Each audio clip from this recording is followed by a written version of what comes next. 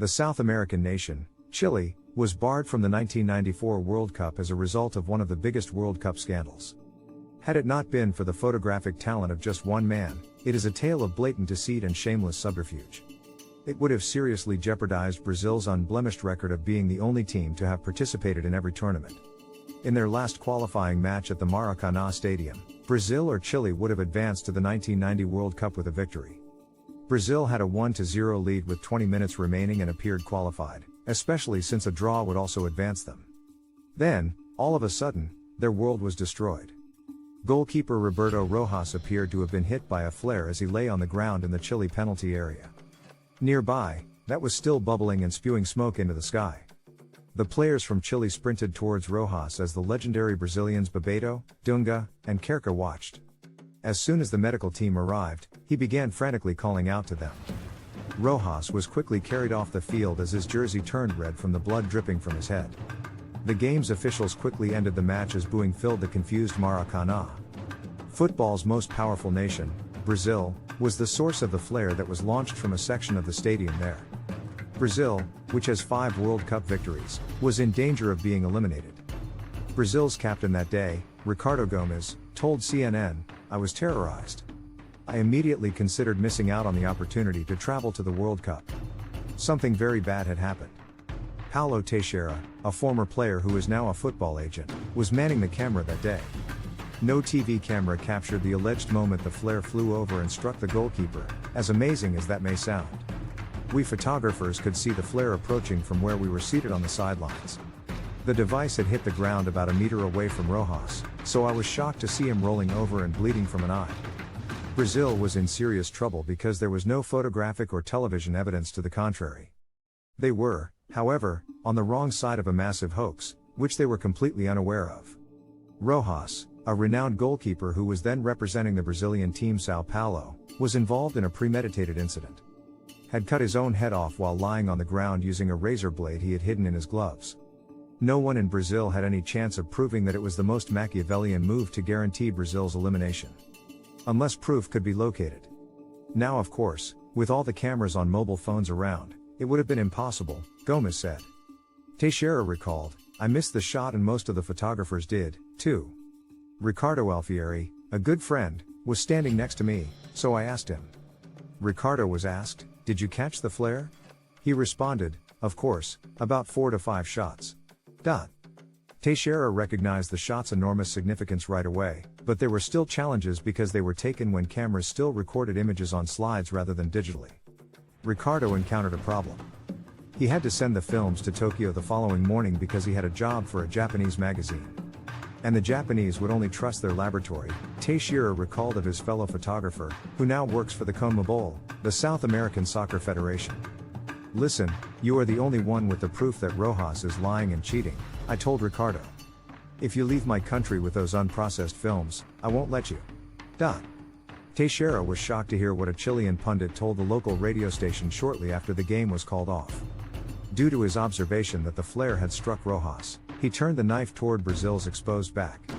So I tracked down the radio reporter and informed him that Ricardo had the shots. The entire atmosphere changed when he brought Ricardo live on air, Teixeira recalled. 10 minutes later, we were in the locker room when Ricardo Teixeira, the head of Brazilian football, entered the room. His angry expression was all colors, white, black, red, and yellow. "Who has the movies?" he demanded. I replied, "I have them." At that point, Teixeira frequently questioned my certainty about the shots, despite the fact that I was the world's greatest asset. However, because Alfieri was the best, I knew I could trust his word. As a result, there was an immediate and frantic scramble to determine whether the images actually demonstrated Rojas cheating. Warming up and setting up the laboratory took 4 hours. The lab employee was irate because she had to leave her Sunday to work at night, according to Teixeira. The debate over which agency would receive the images was heating up at the same time as the lab. The renowned Globo network agreed to fork over the money for the images after one objected to Teixeira's demand for $5,000. When the photos were released, there were 4 distinct images, the first of which showed the device flying. Finally coming to a stop a meter from Rojas. CBF president, Teixeira was ecstatic, the actor Teixeira said. In a segment titled Jornal Nacional, Globo broadcast the scoop on Monday night and displayed images that demonstrated Rojas acting. After flying to FIFA's headquarters in Switzerland, CBF boss Teixeira presented a copy to the organization.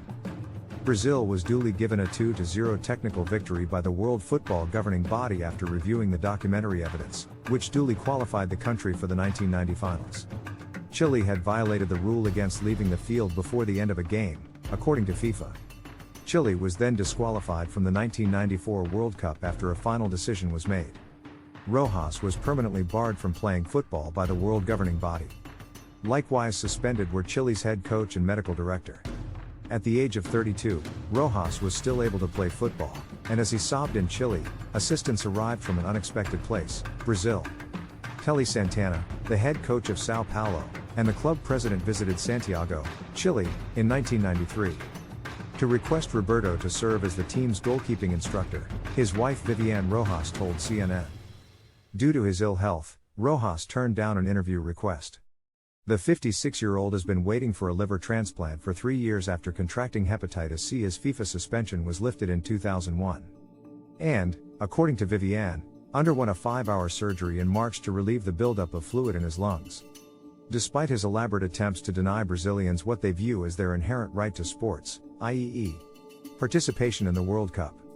As they go about their daily lives in Sao Paulo, Viviane claims Rojas encounters no hostility. She said, "Roberto has always been loved here in Brazil. The most significant aspect for Brazilians is that he has presented himself in his interviews as a person with a very distinct and good character. He has acknowledged his wrongdoing and been pardoned.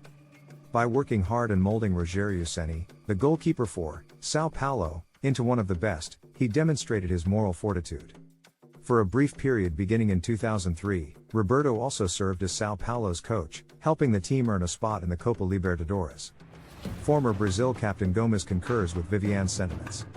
"Who has no ill will toward a person who might have stolen his only opportunity to compete in the World Cup finals.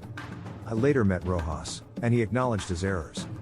He is not unruly, but on that particular day, he made a mistaken decision," according to Gomes. Chile had a prepared plan, and it was truly, utterly unbelievable. The oddest thing is that they had a strong team.